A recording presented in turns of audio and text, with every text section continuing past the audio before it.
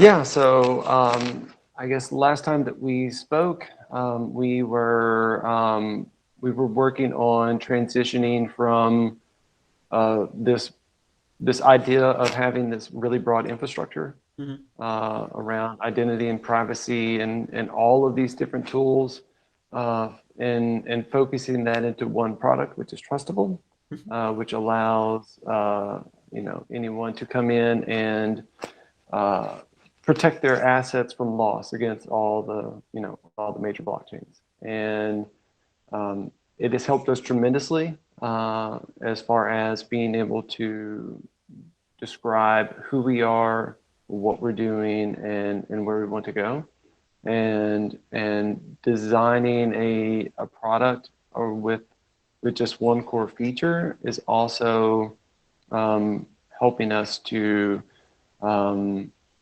have a really strong launch out with our identity network. This is one of the things that we don't really talk about that much with Trustable is that it helps us build this network where everyone has their own unique identity and they are protected in our system. So I am excited about all the people that have signed up. So I guess one of the big things is that we've now signed up over 60,000 people to test the product. And we're testing it internally now.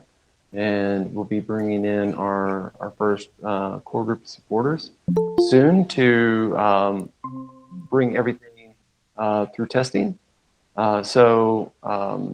First phase of our testing is the UID portion, or ensuring that the user is unique. And in that process, we hand that data that is generated to them in that encrypted form. So through that main DID account.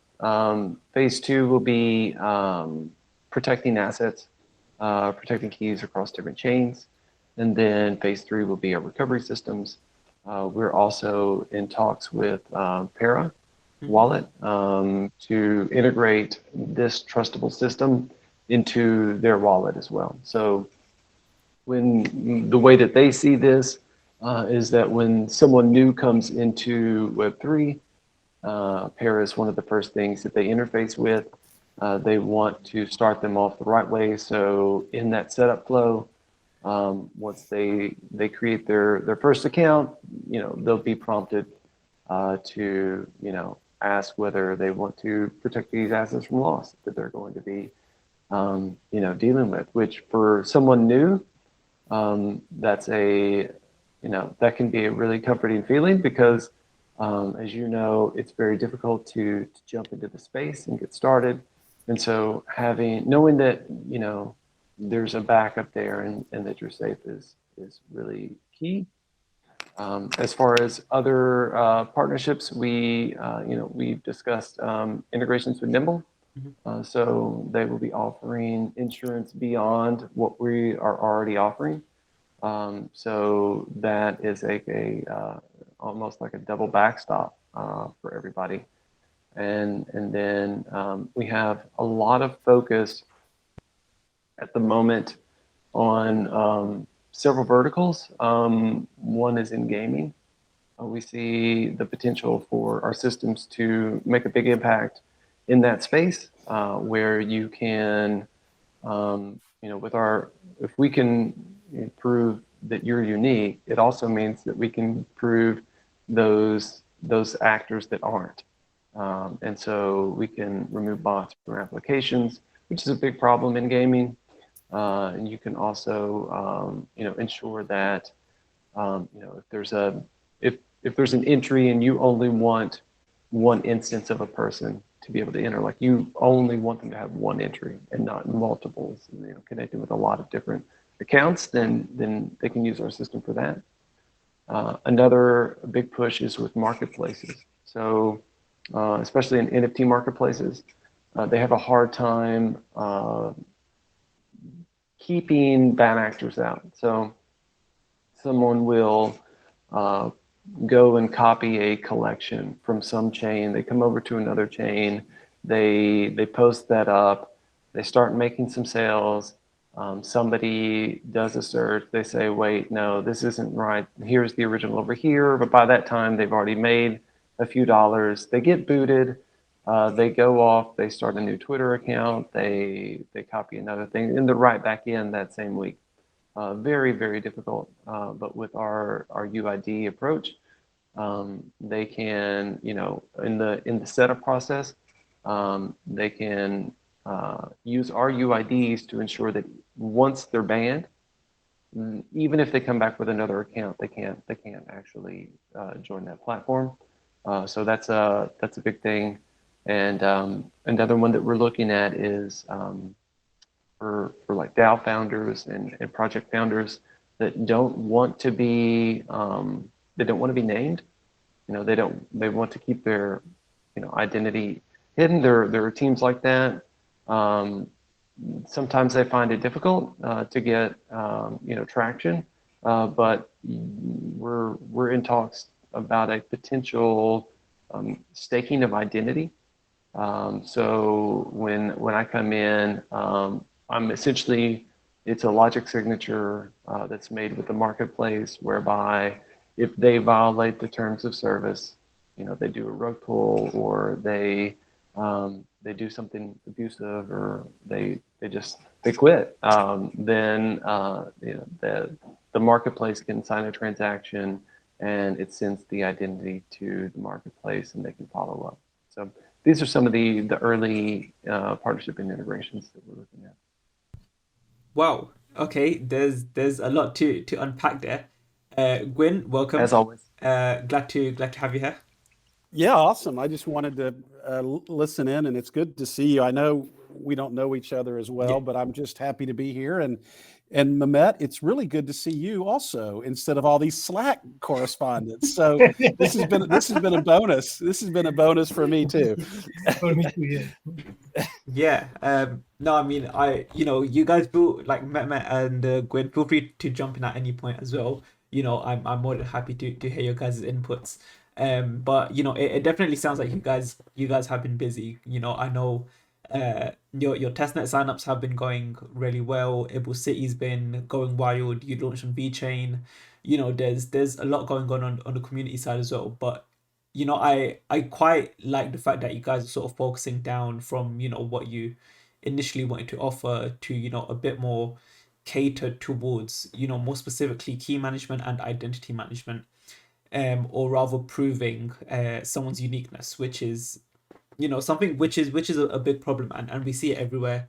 Twitter especially, it's still a rampant problem on all platforms. Even on Discord we get bots all the time. I think there's quite a lot to unpack there. So I think first the integration with Pero, for me at least, is probably one of the more interesting ones, especially for new user onboarding. If there's a pop-up that says protect your assets, um especially if it's easy for the user to set up, which is obviously the goal, and if it leverages biometrics, which makes it a lot easier than trying to remember a password. I think that will definitely draw a lot more people in, and I think it'll give them, as you mentioned, that sense of comfort that, okay, if I do mess up somehow, it gives them a familiar feeling of using any other Web 2 or a legacy system at this point, whether it's banking, or even like government level services, where you have that safety of, if I do mess up and lose my login details, I can still access it. Giving people that comfort will give people that sense of adventure, where they'll feel more comfortable doing things on Web3, as opposed to not having that protection at all. Yeah, that's right. And I think it's, you mentioned some use cases there like Discord and government documentation, and we're really not trying to it's disruption, but it's really more enhancing what's going on right now and creating new experiences. I was on Spaces the other day. I heard a guy that said he's a Web3 media company, and he's going after the big media companies. And I just kind of laughed about it, because it was just like, okay, you're going to go after Time Warner and you know, and Disney and all those guys, and it's just kind of ludicrous. So, you know, what we want to do is just to create more, I mean, disruption, but better experiences that is more decentralization and working with groups like governments and others. But because of our applications are pretty vast, as Doug says, honing in on like DeFi or gaming can give us quicker quicker traction, and that's what we need and are going for. But the opportunities are really vast.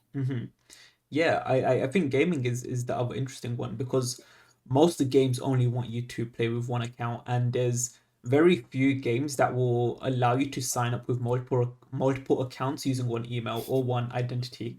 You know, one of the ones that comes to mind is EVE Online, and a big proponent of the game is people playing via multiple identities. And you know, the way they've set up their login management system is you can sign up to as many accounts as you want using one email, and if you do forgot password, it actually lists all of your accounts and asks you which ones do you want to, you know, reset your password for. So I think there's you know, a unique opportunity there to, one, for those types of games or platforms to bring everything under one identity a lot more easily, you know, using Trustable. But also, as you said, for games that only want one player per identity, is it gives them that confidence that yes, this person is the only other person. And if they wanted to, you know, run multiple accounts, they would need to find someone who's willing to effectively let them use their identity, which most people aren't going to be willing to do. You know, and at the very least, it will be, you know, oh yeah, like a kid asking their parents if they can sign up to play, you know, Minecraft with their account. And realistically, that's where it will sort of stop. Um, because the implications of having a UID associated to every single application, you know, that links back to you, the risk there for bad actors is too much for most people. I believe it will deter them from actually wanting to act in this way. At least for myself, you know, I couldn't imagine, you know, stealing someone's artwork and minting it on another blockchain and then trying to, you know, make away with some money if I knew what the risks attached were. Whereas, you know, as you said, Doug, someone can do it, and in the same week they can literally do as many projects as they can. It's easy enough to write a quick script to scrape all of the assets, you know, and mint them on another chain. That can be done in minutes, and it is a real problem, especially, you know, we've seen it in the Algorand ecosystem. There's people minting someone else's artwork on chains like Polygon and making money, which is, you know, quite sad to see, because those people are left with, you know, effectively worthless assets. So yeah, Yeah, as you said, it's you've honed in. happened. Yeah, it's happened to us. Somebody copied the Ibble City series on Algorand and listed it on OpenSea, and several were sold before we, you know, a community member spotted them and was able to notify and have them taken down. And it's too easy, you know, and it shouldn't be that easy. Now, I mean, we know why it is, and you know, having this public, accessible, you know, transparent chain is beautiful. But you know, we're now talking about, you know, expanding this into, you know, the majority of people. And you know, if I were on Etsy or eBay and I had my digital artwork, and then, you know, in 30 seconds later somebody else was selling it on eBay as mine too, I wouldn't use eBay anymore, right? I'd be done. Like that platform would be done. And so there have to be some systems in place to help protect. You also mentioned Minecraft, and personally, that brings back bad memories of our house, because our kid plays this game called Fortnite, and it is getting it's getting out of control on the amount of time that we're playing. Though, Doug, I know we're not there right now, but giving a child an ability to kind of go through their identity is something that's personally very interesting to me. And Doug, I guess it kind of gets into the, we're getting a little off here, but the sub accounts and things like that. But that's very interesting to me. Just wanted to mention that when you said Minecraft, it brought back memories of Fortnite with our kids about having kids accessible to this as well. So again, just another audience that we could cater to, but it would be an account of an adult. Yeah, I mean, it's still an interesting discussion, right? Because if there are sub accounts and you as a parent can give permission to your child to access Fortnite, for example, and if they used scripts or some got hacks and got banned, if that's sort of like a permanent record, it's like, does that at some point get wiped off? Is it when they turn 18 they get a fresh start, or is it that something you did when you were 7 years old or 10 years old is now gonna impact you for potentially the rest of your life, leaving you unable to play a particular game? Because it's an interesting question of how long lasting are these impacts. It's like a credit score that the kid didn't pay a bill or something, they get dinged or something, right? Yeah, exactly. This is the main reason that we wanted to have a DAO, and we wanted to have a DAO foundation, because we knew if this system scales, that questions like that would be asked. And so we knew that Vendible as a company, we don't want to answer those questions. Like, that shouldn't be our job. And so that's the main reason why we want to have a separate organizations that use the platform can sort of put their own framework and their own rules around this. Yeah, no, sure. I think each platform would want its own rules, because I can recall one time my Minecraft account got hacked and they were using hacks, and I got banned from a certain server on Minecraft, and now I can't actually access it to play with my friends, which is it sucks.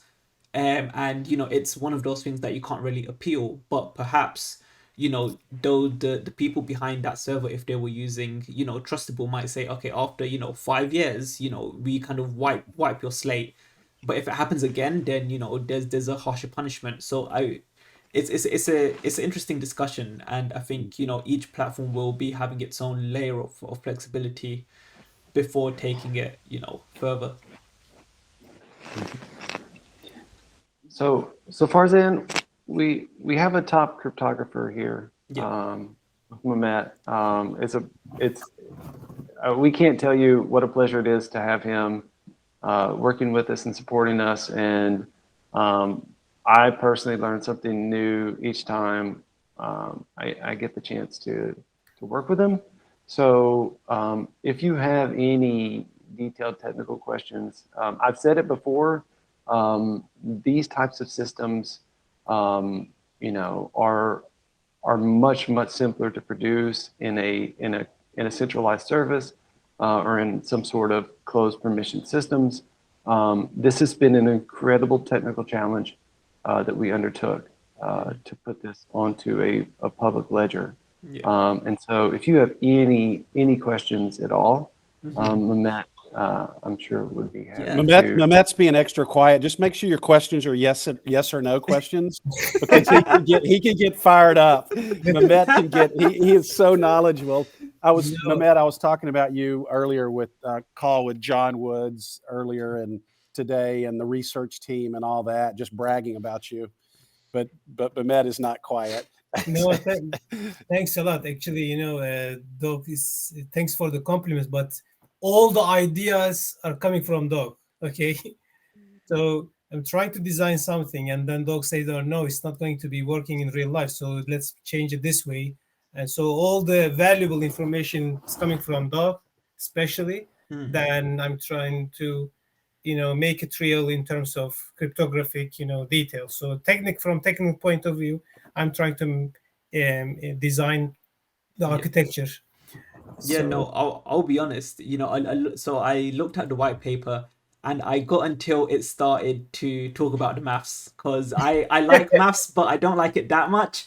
So, I understand the idea behind, zero knowledge proofs and, why we need them and how they work, but anything relating to the maths behind it just completely goes over my head. But I think that the biggest thing is that, Farzan, I must say, this is a very, very difficult problem that we are trying to solve. yeah, And if you couldn't read there, it's very normal. yeah, And the Vendible, to be, I can say this definitely. Vendible, I think, is the only one in the market solving all these problems. We haven't solved all our problems, to be honest. Okay, so we are still have some tiny things to fix it, but the main concept is there. It's possible to add new features easily because we have solved the main problem, which is confidentiality of the keys. Okay, self, let's say, custodian, and but also kind of how to say we have trustless system, and also part of is custodian, and also user has to be in the and on the table to be able to part of it. So we are not, it's not like a custodian completely. So user has some has some roles to be part of this, but at the same time the most important thing is the privacy feature. So privacy feature on a public chain which doesn't provide privacy, it's a very difficult problem. Okay, you can go with the Zcash and Monoris, but it's going to be completely I will say hidden, so you cannot trace anything, you cannot see anything, you cannot write, you cannot read anything, so it's not going to be usable other than they're sending a bunch of numbers. But if you want to bring real business, so to say, you have to deal with the privacy. And as you all said, privacy is fine, but we need to also solve the problem of multi, I will say, identities coming from the same person. Okay, so we have to make sure that we have a real person, not an AI engine. Like Gwin said, how can I? Gwin was, we have been discussing. So we have to make sure that there is someone there, and that's a real person, and he has only one face to speak to us, to speak to everyone. Okay, and in a virtual world, it's fine. You can use some different alias, but at some point in time, we need to make sure that this person is a real person. Let's say he's over 18, he's living, let's say, in the United States, etc. So some information which is going to be valuable in specific applications. Okay. yeah, So all these different challenges and problems in use cases brings different architectures, but the heart of system is complete to be. So as we see, we have already implemented. So I think we have done a great job. Here. I think you've done a great job, and I've not even tested it yet. From the sounds of it, you mentioned that you've solved the core problems, which is probably, I would say, 80% of the work, and the rest of the 20% of the work is making it work for specific applications or specific use cases, which is a massive step. You've spent all these years working towards it, and now you're at a point where you can say, yes, we have something that works, something we are proud of, something that we can now just push to its limits because we know it works, the groundwork is there. Now we can build this tower as high as we want, and I think that itself is very, very commendable. I think especially from you said Doug brings you all the ideas, which again is one part of it, but for you to actually solve the actual problem in mathematical terms using all of your notations and sets and the rest of it is an accomplishment in itself. Because I have been, again, on both sides of that. I've been in, say, Doug's shoes, who's bringing ideas and speaking to someone who knows much more about the technical details to make it work, and I've been the technical guy speaking to someone who doesn't know as much about what it is. So the work you do is pretty much fundamental to what Vendible is building, because finding someone who's technically like sound to the level to solve a really hard problem is, I think, very, very difficult. And there's probably millions of people who have the same ideas as Doug, but they need someone to bring it to life, and finding that person is probably the biggest challenge. Yeah, I can say personally, we spent months trying to find someone that could attempt what we wanted to do. We had other PhDs with publications. Some of them took one look at this and said, "No, this can't be done. You can't really do this." And others attempted, and several weeks in, we knew that they were not going to be able to progress. And Mehmet would say, "This is I'm not sure, but I will see." And then the next day he says, "Okay, here's how we'll do this."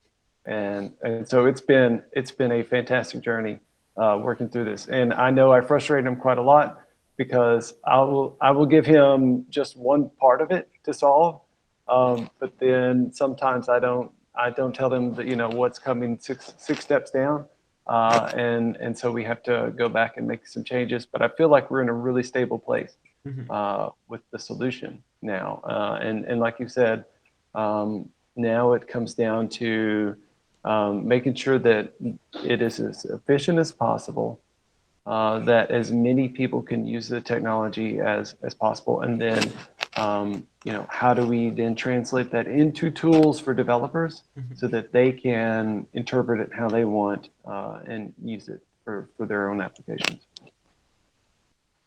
Yeah, try to come play my role sometime too. You mentioned their roles, but I also get to. Doug has all these great ideas, but I get to have kind of the most fun because I can also say no. Mehmet is architecting it, but it's like, wait a minute, let's focus on one or two. Let's go to market with it, and let's be very good with it, and let's simplify, what we're doing. But the cool thing about it is this is not just a one-hit wonder or a one-sector focus. It's so broad, but we can have so many ideas out there. But it's also important to really hone in and focus too, and to get adoption. And that's what we have to, focus on. But sorry, Mehmet, I interrupted you too.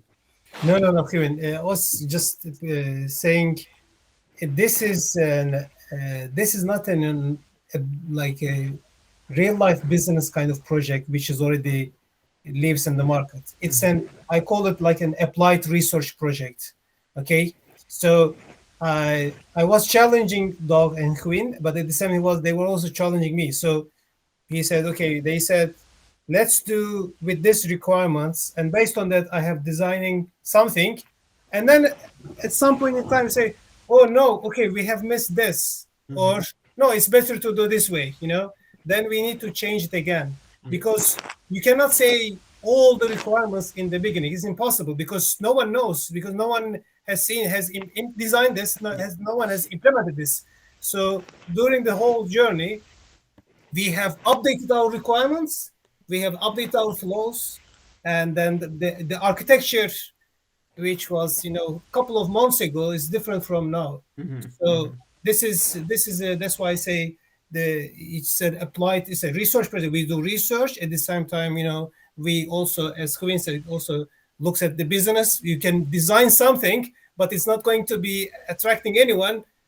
What's the point? So Gwin has the role to see that there is a value in the market, and what we design is going to meet some challenges, problems of the users. So altogether, I think it's really crucial, and all as a team, everybody is taking one role to fix it. So everyone, I think, is not even equal, but everyone has an important value in the system. But of course, we are talking about here designing and analyzing development. It's a very difficult problem. I mean, our developers not everyone will be able to design this cryptographic, this advanced cryptographic implementations, because you are not writing every step like an implementation document. So there you are writing like an academic format, and then you cannot write every detail because it's not going to finish. So But developers must be experienced enough to be able to understand what you mean, and then solve other implementation problems themselves. So they also face quite a lot of challenges. Of course, we keep talking to me internally with every step, but at the end, they figure it out. They need to figure it out how they are going to fix the challenge behind the, I will say, this design. and not with, to his point about not everybody can figure it out. It's a lot of fun to see Mehmet in action when he goes through an interview process. It's like the Super Bowl, which is coming up. It's just, I mean, I do not want to be in front of that train, but you know what? We get the best people because of it. But it is I thought he was going to make one guy cry, and because he was drilling him with questions. But guess what? We hired that guy, and he is doing very well. So we got to get the right people, and it's important because the team is one who's going to make it execute.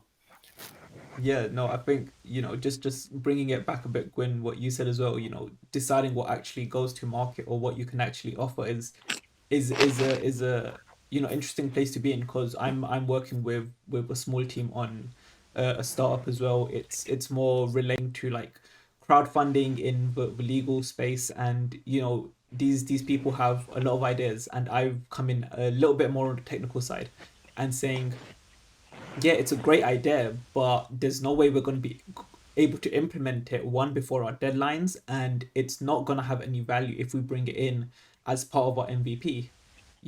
So I think that is a core role in understanding what the market actually wants and what the market can actually handle. Because yeah, I'm sure you guys have millions of ideas, but only a core few will work. And as you've mentioned, you've now drilled down into trustable key management, and also verifying the authenticity or the individuality of the person behind the identity, which is a very, very drilled down area. Yeah. I will say, from somebody who has stacks and stacks of notebooks of things that I'd like to accomplish, one thing, if I could have changed one thing, it would have been drilling it down to that one, what is this one thing that we want to solve? But had we done that at the same time, we wouldn't have the solution that we have, right? We, it's interesting to see like the direction that we took. Originally we were, we launched out our wallet, and the plan was to use that wallet for testing purposes so that we could then help embed wallet infrastructure into applications. And it was so incredibly broad that it was difficult to tell that story. And it was difficult for anybody to understand really what we were even doing without spending about 2 hours with us. Now, once they did, they understood it. And the fun thing is that we're still doing the exact same thing, right? Fundamentally, we're still doing exactly what we were doing and what we exactly planned to do a year and a half ago or 2 years ago when we put in the application for the grant with the Algorand Foundation. Nothing has actually changed. It's just how we are much more structured about the business execution side of things. And I think that's made a lot of difference. Yeah, and it brings back good and bad memories. I recall, Doug, having a conversation with one of our investors, and they said, wow, you're doing all three. Why don't you just pick one? Why don't you pick privacy or identity? And because these markets are all three so large, and we kind of had to stick to our guns, and know what was true, because there's no a la carte on each of them. They go hand in hand, right? So had we just focused on one, then we would have had to bring in other partners to handle the rest. But it's kind of sticking with your guns and knowing what your gut, and and being convinced that we're doing the right approach. And we don't have all the right answers, but that was one case study that I recall vividly a year or half ago. Yeah, there were so many times early on that, I say early on, but really up until, this summer or this last summer, where we would hear time and again, it's just so much, or why don't you just focus on this? And we had made mistakes in being able to describe what we were doing, because once somebody actually sees how all the parts fit together, right? They don't really work as well separated. Yes, we could just do identity, but then our product would look a lot like all the other self-sovereign identity products out there. And there's a reason why we're different. We could just focus on privacy, but there's things that are lacking from the privacy field. And so there's reasons why we connect in data and identity to these. And so without all three of those components, we're really lacking something. And I remember sending Mehmet, I hadn't done it as much to you, Mehmet, but it's like, wait, this is a competitor. And it's like, no, they're really more centralized, or yeah, they're just solving identity and privacy, and that's it. So you can't compare it. So, there's definitely people out there that kind of mirror us, but once you peel back the onion and understand more about their true technology, there definitely are, it's comparing, coconuts to grapes. Yeah, no, I think that's probably a key thing. If you've stuck to your guns, it means you have a lot of faith in what you're doing. And I think it's a much more of a, I would say, a risky opportunity. But again, if you're solving three key problems, which not many places have solved, even if you're using a centralized cloud service like Azure, you're still linking together different parts of Microsoft's ecosystem to try get that synchronization between security, identity, and privacy, and it's even you look at it, Microsoft is like $1 trillion company, and you're saying even if they can't get it right, surely they we can do something that they aren't, to make everything work in a uniform fashion. Yeah, but they're laying off people. Yeah, which is No, we don't want to compete with them, but that goes back to how do we create truer Web3 experiences to enhance the Web2 world, and we don't want to compete with them. We got to enhance what they're doing, or others, Yeah, no, definitely. I would say, this technology is still developing, so the journey is not finished yet. Actually, my friends who are not technically experienced say that all blockchain products seems to be the same because everybody is talking about the same thing, And then if you are a little bit experienced, you can see the differences. And as Gwin said, they say actually they are not solving anything other than the centralization issues, and they have this problem, that problem. Oh, please stay away from that and that. And you can actually. You need to, at this, because the technology is not a major right now, you need, everybody says that, but you need to your own research, because you can lose your investment very easily at this stage if you are not really experienced. But of course, there are valuable projects over there as well, and they are trying to solve different problems and challenges. Yeah. I wanted to ask how you guys have found working through a bear market at this point, or current market conditions. Has that really changed the way you work or the way you operate, or did you kind of build yourself from the beginning to have that sort of longevity built in?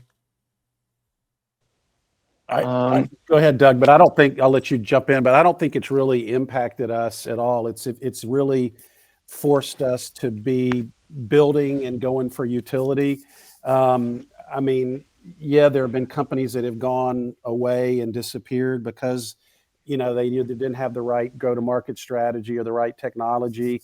And and the one area that we have felt it is a little bit in the funding side, of course.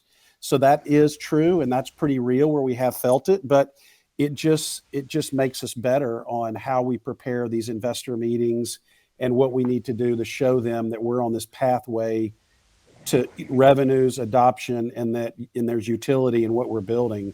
So that's been something that I think about every day, is how these companies can continue to invest in us. Because last year, 18 months ago, it was a little bit easier, but the bear market has made it, a little bit harder. And I think the prices with crypto and all that going down has made it a little bit harder too, because Algorand is probably less willing to deploy capital with the price being at 26 or 27 cents versus $1.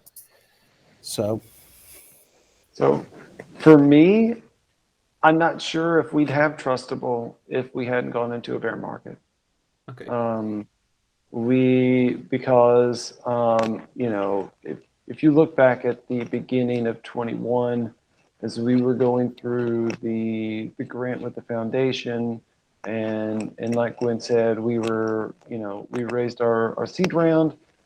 Everything was built around this premise of this really large, expansive set of infrastructure, right? Which takes years to build. And so we were, coming up to the summer as we finished our grant with the foundation, we were talking about, developer tools and all of these things. We weren't thinking about a revenue driver for the company. But then over the summer, it became clear that, no one had the appetite for us to build for another year and a half. Like that, everybody needed results in this market. When we had some really direct conversations with the foundation, and I asked them pointedly, what is it that you all need from these companies that are building on Algorand? And they said, we need companies on Algorand that generate revenue so that we can show other startups that you can come here and you can earn revenue. And we need new account generation, because if you look at the layer ones, it's one of the key performance indicators is new account generation. And so that's when we went back as a team. We went through a lot of exercises and a lot of different potential products that we could put together. We essentially said we need to focus. We need to take just one solution of ours and just bundle this product around it that will achieve our goals, and it'll achieve what the foundation asked for. And that's where Trustable came out of it. So had it not been for the bear market, I don't think we wouldn't be talking about Trustable right now. We'd be working on all of our development environment, our SDKs and things like that. We wouldn't be, it would look different. I mean, we had a little bit of churn at Algorand. There were people coming and going, and I know we put a grant, a bigger grant on dev tooling, and then John came on board, and that he put the brakes on everything, and that was a little sad, because we spent all this work on that, and it was a big ask, and that just kind of went away. But he needed to put his stamp on getting to know Algorand, the dev community, and his team, and we just kind of persevered through it. Yeah, no, that's, I think it just sort of wraps around to what you mentioned at the beginning, is, it's about providing utility to the users, and the ecosystem, which, a lot of projects aren't really doing right now. A lot of projects will jump straight in. The first thing they launch is their token with nothing behind it. No product, no service, no benefits. But you guys, you're building something, you're going along the way, but you're also testing in parallel, with your testnet token. People know what to expect. People can sign up early. You've already got, I think you mentioned 60,000 testnet registrations, which is an insane amount. especially, considering market conditions, you would assume people have sort of, forgotten about crypto or blockchain, but it clearly shows that they're still here and they're looking and they're waiting for something to actually, catch their eyes. Um, I want to just commend you guys as well on like everything, because not only your entire like product work, but also especially to do with like community and marketing. I follow a lot of what you guys are doing on Discord and on Twitter, joining spaces. I spoke to Christian briefly as well on Discord. You guys are like very much in tune with your community, and people who will be using what all of you are building. And I think that that's quite commendable, because it's quite hard to get that balance between building something and managing a community, because you do at the end of the day need a team working on the community side of things, because it's not a one person job, especially if that person is working on whether it's funding or whether it's cryptography or whether it's coming up with ideas. It's a one person dedicated job. So yeah, I just want to say a massive congratulations on that front as well. Yeah, we're late to the party a little bit on that, but you know what? We have to listen to what they said, what they say, because the community is giving us so many ideas, and we have so many people that are an extension of me, Doug, Mehmet, Christian, everybody. So we have to embrace it. But yeah, it's so important, but it can be tiring. You have to be on spaces all the time. You have to be on your spaces. You have to be on others, and you have to. There's a bit of a fraternity approach too, isn't there? Because they want to see that you're supporting their projects. We want to support theirs. And you could be on it 24/7, couldn't you? But I wish we had done it a year ago, because maybe we would have even that bigger of an audience, but we're doing it now and we're accelerating it. But it's such an integral part. And if you're not listening to the community, then you're not taking the right approach, are you? And it's really, we like to say, that kind of bottoms up approach, because they're the ones that are really influencing things. And I think they're influencing things with things like grants too.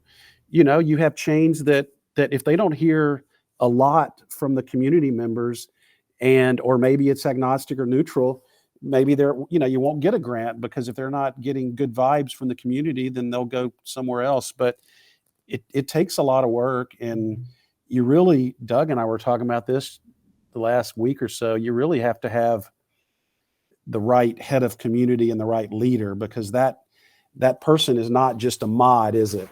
It's somebody who's got to be driving content and going cross chain and being on spaces and really being a spokesman, as well, really across everything, LinkedIn, Reddit. And we're not on all those like we need to be, but it's an important job, the community, isn't it? Yeah. Whereas in the old days, that role was, if you're in a SaaS space or a fintech company, that role is a CRO or head of sales. Now that role as head of community is certainly one of the most important ones of any blockchain company. And if you don't have it, you're naive. Doug, anything to add? Yeah, I mean, for us, we started out, we tend to do this, Gwin and I, we start out by making connections at the very top. So like with Algorand, we got to know everybody at Algorand Incorporated. Then we got to know everybody at Algorand Foundation.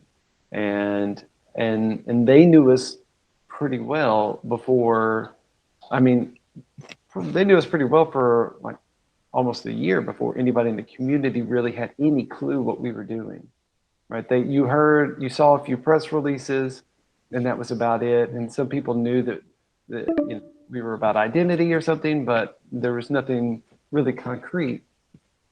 And then we had to start this big community build. We actually did the same thing with Polygon. So at the same time that we were getting to know people at the top of Algorand, we were also, we got a grant with Polygon. We met some of the founders and some of the biz dev leads, and then we started talking with Polygon ID, and we've had ongoing conversations with them. And we have this partnership with Polygon Studios, and we talk to them regularly. So we had all of these connections at the top, but once again, you send a post out to the Polygon community, they've never even heard of us, right? And so we're now, the last month or so, really starting to make connections at the ground level with them as well. And like you said, mentioned earlier, we've started kind of doing that same thing with VeChain, except with VeChain now we're actually trying to do more of a community first and then move up rather than from the top down. And I think that's really important for like key communities to get to know us and understand this, because that's really, we don't expect anybody to just jump on board with what we're doing because we say that we're going to do this, and this. It takes people. I like one of our ambassadors said yesterday. It takes about a month to really grasp what it is that we're doing and where we're going, and you need people that have spent that time with us to go into their communities and tell them about it, because you trust them, you know them, you've built a relationship with them, and so those connections count.